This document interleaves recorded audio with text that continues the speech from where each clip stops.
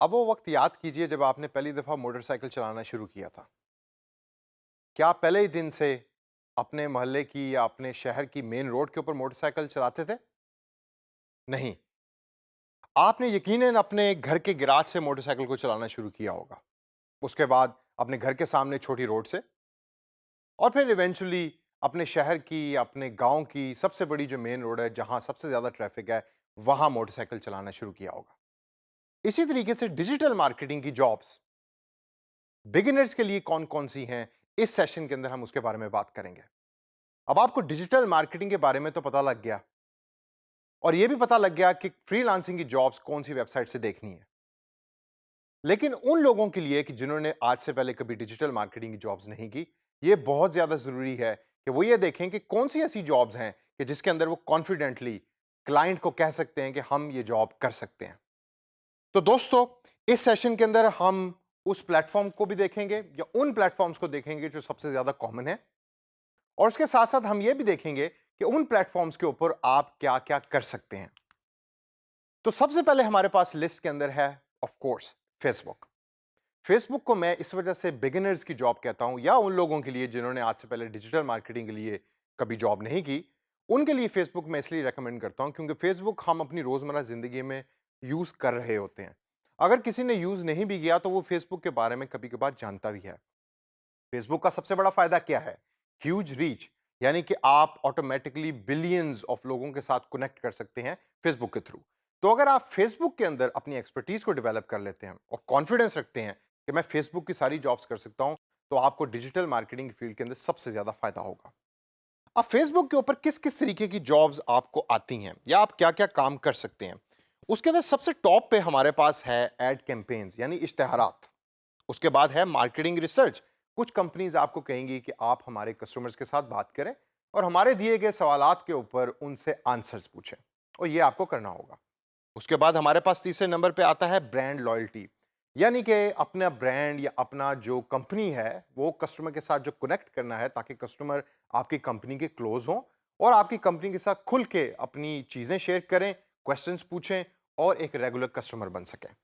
उसके बाद आखिर में हमारे पास आता है इंगेजमेंट, कस्टमर से बात करना या यूजर से उनके फेस कंपनी के फेसबुक के ऊपर बैठ के यूजर से बात करना।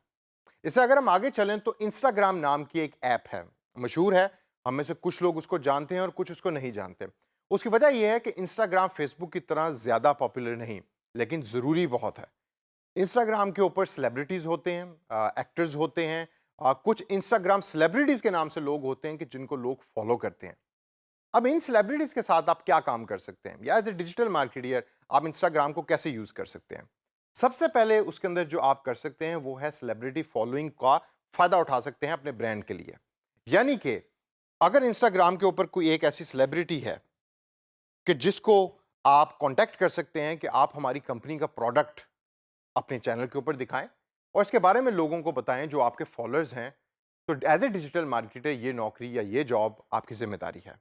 इसके बाद इंस्टाग्राम का फायदा है लॉयल फैंस, यानी कि वो फॉलोअर्स के जो उन सेलिब्रिटीज को देख रहे हैं वो सेलिब्रिटी के लॉयल हैं। तो अगर ब्रांड अपना मैसेज उस सेलिब्रिटी के थ्रू पहुंचा रहा है तो उसके जो फॉलोअर्स हैं उस सेलिब्रिटी के, वो बड़े गौर से उस ब्रांड की बात भी सुनेंगे। और एंड के अंदर हमारे पास आता है कॉस्ट इज बेटर। अब एक कॉस्ट इज बेटर की बड़ी एक इंटरेस्टिंग चीज है। टीवी के ऊपर अगर आपने किसी मॉडल को लेना हो तो उसकी एक सर्टेन कॉस्ट है और वो कभी कभार वो कॉस्ट हाई भी होती है। इंस्टाग्राम के ऊपर आपके पास ये फायदा है कि ये कॉस्ट लो होती है, यानी इंस्टाग्राम सेलिब्रिटीज जो हैं वो लो कॉस्ट के ऊपर आपके ब्रांड के लिए काम करते हैं। इसके बाद हमारे पास प्लेटफॉर्म है जी यूट्यूब का। हम सब जानते हैं it's an alternative to television, लेकिन टीवी से बहुत ज्यादा पावरफुल है। इसके ऊपर आप वीडियो एड्स भी दिखाते हैं और अपनी कंपनी का कंटेंट जो है वो यूट्यूब के ऊपर चला सकते हैं। फिर हम अगर इससे आगे चलें तो आगे हमारे पास आता है ट्विटर। अगेन फेसबुक के मुकाबले में ये सॉफ्टवेयर कंपैरेटिवली छोटा है, कम लोग यूज करते हैं इसको। ये पब्लिक सॉफ्टवेयर है। इसके ऊपर जब आपने अपने ब्रांड के बारे में एक हाइप क्रिएट करनी होती है, एक शोर क्रिएट करना होता है, तो आप ट्विटर का इस्तेमाल करते हैं। पाकिस्तान में ज्यादातर ट्विटर कौन यूज करता है? सोचिए, सेलिब्रिटीज और पॉलिटिशियंस। इसके बाद हमारे पास एंड के अंदर जो सबसे कॉमन प्लेटफॉर्म है वो है ब्लॉगर डॉट कॉम का। ब्लॉगर डॉट कॉम वो सॉफ्टवेयर है कि जिसके थ्रू आप ब्लॉग्स बनाते हैं। उन ब्लॉग्स के ऊपर आप स्पेसिफिक कंटेंट को शेयर करते हैं और उस कंटेंट जो होता है वो रिलेट कर रहा होता है आपकी स्टोरी के साथ या आपकी ब्रांड की स्टोरी के साथ। जिस तरीके से अगर आप कैमरा बनाने वाली कंपनी है तो आप अपनी कैमरे रिलेटेड न्यूज़ जो है उस ब्लॉग्स के ऊपर रखेंगे।